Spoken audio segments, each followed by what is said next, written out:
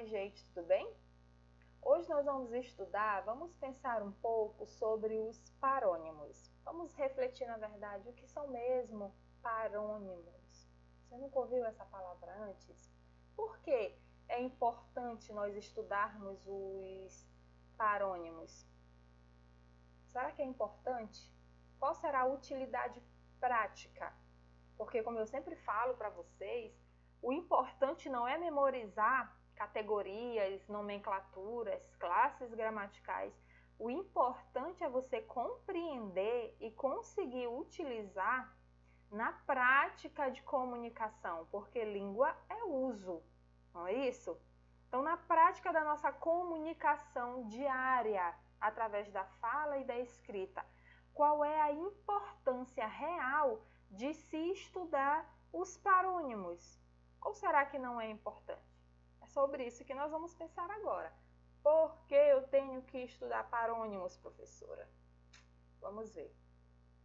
Gente, primeiro vamos saber o que são parônimos. Vamos entender essa palavra que parece que está um pouco esquisita. Gente, parônimos são palavras que têm a escrita e a pronúncia bem parecidas, semelhantes. Mas prestem atenção, não são iguais, são parecidas, certo? Só que os sentidos, os significados são totalmente diferentes, tá?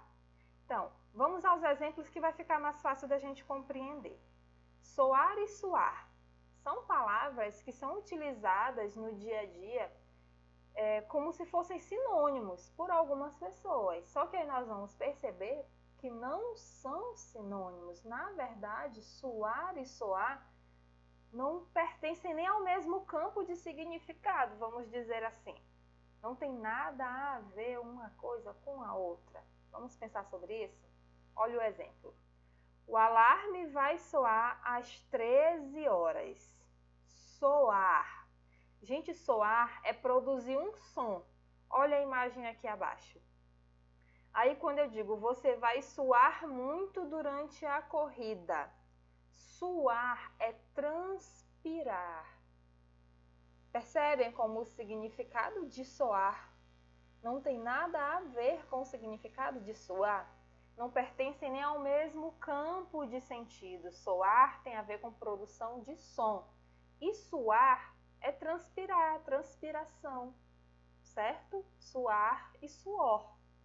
Vamos lembrar dessa relação. Então, quando nós utilizamos essas palavras como se elas fossem sinônimos, a gente acaba produzindo uma frase sem sentido. Quando eu digo, você vai soar muito durante a corrida, o que? Essa pessoa ela vai produzir algum som enquanto ela estiver correndo? Ela vai andar, ela vai correr com um sino na mão, balançando e soando aquele sino, produzindo um som através daquele sino? Esse é o sentido.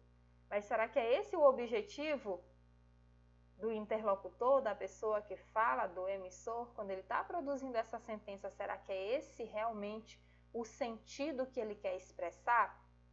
É por isso que é importante, respondendo a nossa pergunta inicial, é por isso que é importante a gente estudar os parônimos, tá bom?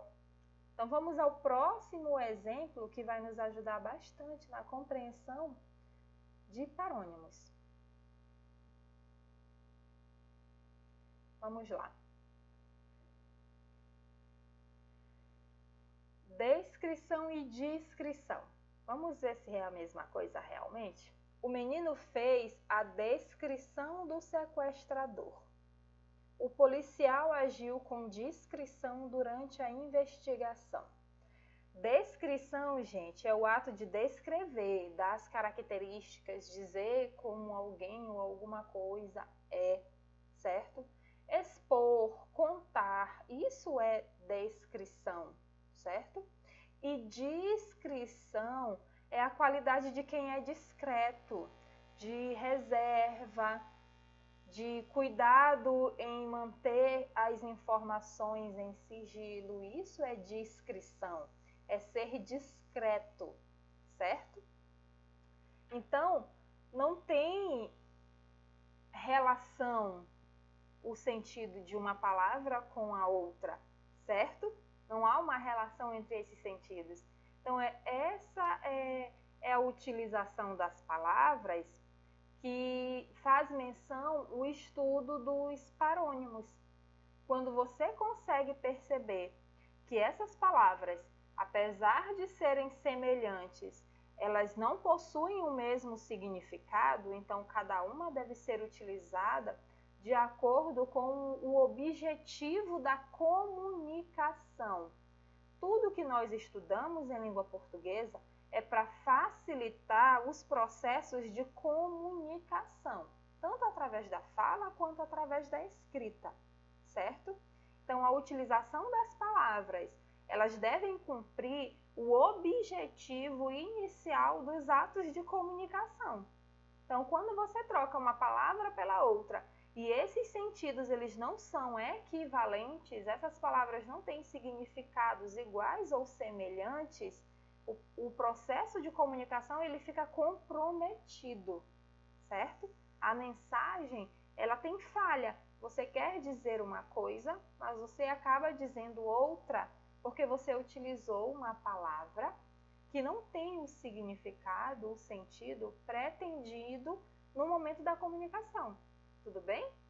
Então, vamos lembrar que descrição e descrição, apesar de serem semelhantes, não têm o mesmo sentido.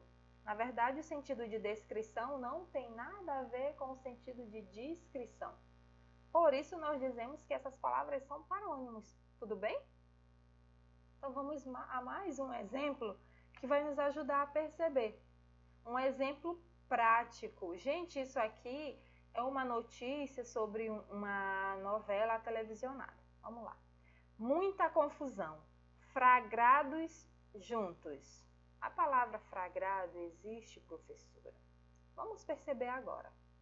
Gente, flagrante é evidente, é manifesto, é aquilo que é surpreendido. Quando alguém é surpreendido praticando algum ato em alguma situação. Aí nós temos um flagrante. Aquela pessoa foi flagrada cometendo algum ato, certo? E fragrante, o fragra, tem, na verdade, a ideia de perfumado, aromático, se relaciona com cheiros, certo? Então, vamos lá. Flagrante é ser surpreendido em alguma situação praticando algum ato. Fragrante é perfumado, é cheiroso, é aromático. Será que foi esse o objetivo dessa notícia que foi transmitida? Muita confusão, flagrados juntos. É aquilo que nós sempre conversamos durante as nossas aulas de ortografia. Gente, ortografia é poder. O que isso significa, professora? Significa dizer que nós não estudamos somente para memorizar o que é um parônimo, a nomenclatura, memorizar alguns exemplos, não. Nós utilizamos esses estudos para aperfeiçoar a nossa capacidade de seleção. Nós passaremos a selecionar melhor as palavras, as sentenças que vão compor os nossos atos de comunicação.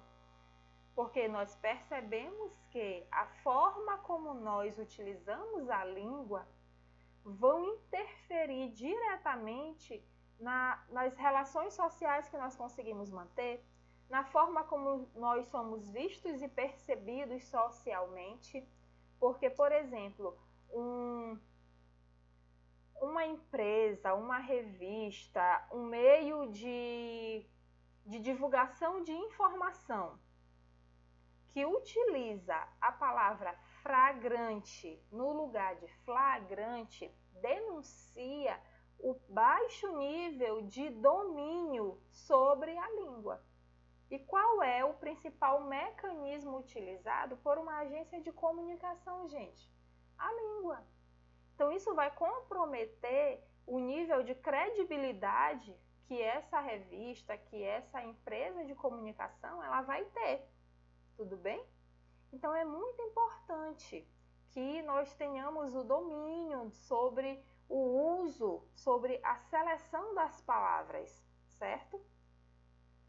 Não só para dominar, só para conhecer, não, mas para nos fornecer a possibilidade de seleção das palavras. Eu uso essa palavra porque eu sei exatamente o que ela significa e ela vai me ajudar a cumprir o meu objetivo inicial de comunicação, certo? Então, nós podemos selecionar as palavras de forma mais consciente. E aí nós voltamos para a nossa pergunta inicial. Por que tenho que estudar parônimos? É por tudo isso que eu acabei de dizer. Porque a partir de agora, vocês têm o poder de escolha.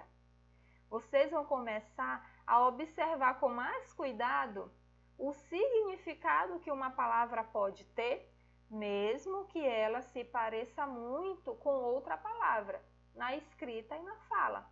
Porque a partir de agora nós sabemos que algumas palavras são semelhantes, são muito parecidas na escrita e na fala, mas os sentidos são totalmente diferentes. Então nós vamos ter mais cuidado na seleção das nossas palavras, nós vamos pensar em atingir o objetivo dos nossos atos de comunicação. E isso vai facilitar muito a nossa vida agora, certo? Porque, gente, ortografia é poder. Não vamos esquecer disso. Como professora, eu vou perceber os sentidos, os significados dessas palavras que são tão parecidas na escrita e na fala, através do uso, da observação. E essa observação ela vai acontecer tanto no campo da fala quanto no campo da escrita, principalmente através da leitura. Tudo bem? Quanto mais acesso você tiver ao vocabulário, a ampliar esse vocabulário, a possibilidade de ampliar esse vocabulário, maior vai ser o nível de conhecimento que você vai ter sobre a existência dessas palavras. Tudo bem? Não é porque nós estudamos agora parônimos que você vai saber todas as palavras que se parecem e que têm um sentido diferente uma da outra. Não. Só que você vai ficar mais atento a isso quando você for assistir a um telejornal, por exemplo, quando você for fazer a leitura de um texto, quando você for ouvir os atos de comunicação que acontecem no nosso dia a dia, você vai perceber a utilização dessas palavras. E aí você vai passar a ter um cuidado maior na hora de selecionar, tudo bem? Então, vamos lembrar. Língua é uso. Então, é através do uso, através da escrita, da fala, da leitura, da audição, porque é muito importante a gente saber ouvir também, certo? É que você vai desenvolver essa habilidade, essa competência, tudo bem? Então, agora é com você. Reveja esse nosso vídeo se você tiver necessidade, dê uma pausa, faça anotações no seu caderno, leia o seu livro didático, leia a explicação que vem na sua rotina e não esqueça de responder às suas atividades. É muito importante que você responda às atividades da rotina que você recebe semanalmente, tudo bem? Se mesmo assim você tiver dúvidas, recorra ao seu professor de sala de aula, que ele está sempre disposto e disponível para lhe ajudar, tudo bem? Então nós ficamos por aqui e na próxima aula a gente continua conversando sobre outras curiosidades da língua portuguesa.